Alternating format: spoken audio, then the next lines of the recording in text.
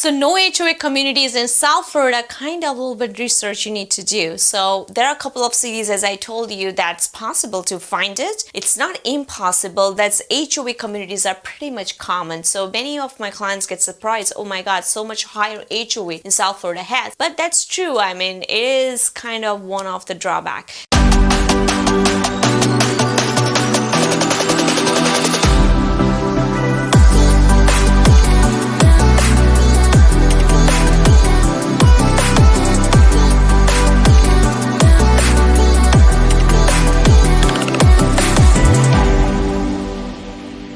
If you go on the east side, let's say on a beachside condos, the HOA's common numbers are between $350 to going up to even $1,000 or even $1,500. So depends on the amenities there. But average, I will say the good condos, good view, and that's something will be around $450 to $700. That's kind of average range. If you're on the west side, like, you know, mostly the good school zones, I'm not specifying with the city, but I'm just giving you overview idea though. So if you're in Broward County, then average around $300 to going up to like $700 maximum with the newer communities. And with the older communities, you may find below $200 also. So in a single family, you have a pretty much great choices to find something no HOA. So if you're investing, you want to have a no HOA, then single family would be a great choice. If you want completely no HOA or very low HOA, then also you are pretty much great choice in a single families. Townhouses, condos, I would say average runs between $300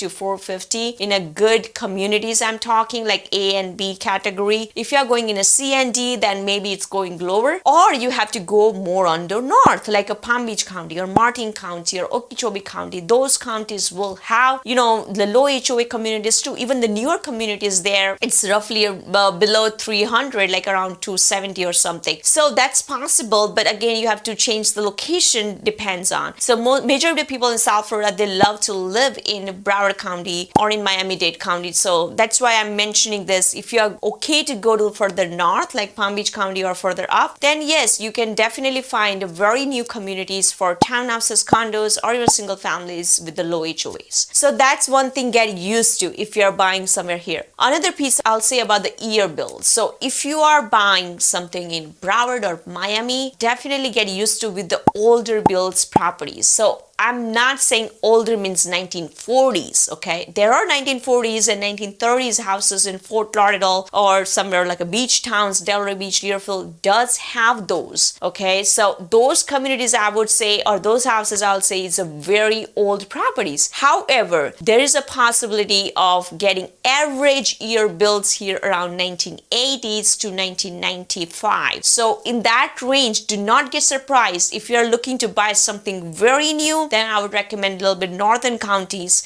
like a Palm Beach County, because those are the cities getting developed right now. It's not completely developed. It's kind of in a process to develop. And Broward, Miami is kind of, you know, all settled. So you will not find even lots here. Like I have a lot of my local clients looking for lots in a good cities like Parkland. It's so difficult to find something there. And if you find it, very expensive. And the same thing for the year built wise, if you are looking for something newer, then I would recommend even buying after 2000 build. That's still newer. I mean, even more newer if I say is 2010 plus. Then the price point wise, you do not have to pay over than even the market value, and is more reasonable number I think you can get the properties for. Because understand this, in Florida, especially South Florida, there are not many new construction. There are not many lots left, and that's why the inventory for newer houses are way less than, I mean, I would say some other cities or other areas. Like for example, Tampa is a lot of newer houses, right? Orlando does have some of the counties has a newer houses, but Broward, Miami, it's kind of not possible to get very new. I'm not saying impossible, but you do need to pay that number to get the newer house, right? Because the inventory is low. It's always is a game of inventory. The inventory stays low and the demand is higher, you do pay the good number. So talking about the real estate part part,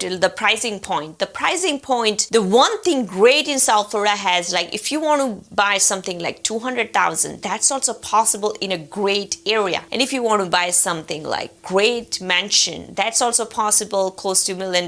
You do not have to spend millions of dollars to have something here in South Florida. So it has a lot of range of houses. Of course, for locals, this market is crazy because they see the prices went up in front of their eyes. But when you're relocating, you need to compare between your state and what is here. Compare by per square foot. Do not just go with the numbers, because the per square foot, that's how you judge the real estate. If you really want to learn real estate, then definitely that's the first lesson, is the learning about the market, learning about the per square foot price of the areas. And it's a simple thing, like if you are in a good school zone, that's goes equal relationship of the per square foot price higher. If you are in a B and C, that's lower than the A, right? So I would say the best way to judge the market is the school zone. So if you're coming with kids, then definitely that's your priority, I guess. If you're coming for lifestyle, then also the one thing you need to look for is the location, and location. Because if you have a great location, you are not going to go wrong. There are so many communities here. Again, I'm talking about the HOA part, because if you are okay to buy some of the older built houses, it is very much possible to get in a no HOA community, and people do prefer to do even Airbnb here, because South Florida is very much famous among the winter birds, also for the vacation homes. Like let's say you are just buying something for your lifestyle purpose. You're coming for your few months and going back to your state for a few months. That is very much possible in South Florida. So in that case, you do need to see what is around your location, right? Is the downtown is close by? Is the beach is close by? Is the things nearby? And compare your budget. Like, you know, you need to find the good sweet spot which you are okay to invest in. So long story short is South Florida has a range of houses, or you know, the prices to buy. So for single family houses or condo or townhouses, anything you require, there are a lot of choices here. Even let's say you want to have a condo hotels or co-ops, that's also very much possible to get something in South Florida. So this is more about the overview of the real estate market or real estate things what you can find in South Florida. If you have more questions, you want me to go more deeper into any particular areas or a particular topic, comment me below. I would love to talk to you guys, and I will see you in my next video.